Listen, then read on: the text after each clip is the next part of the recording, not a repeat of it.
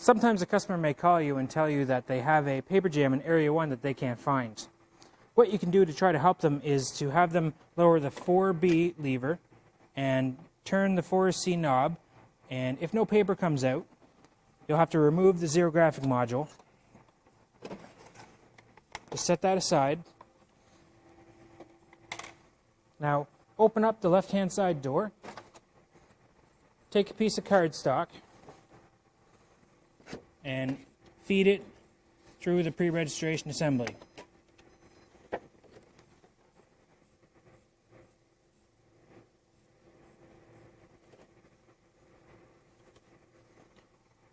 And it will push out any scraps of paper that are caught inside the machine.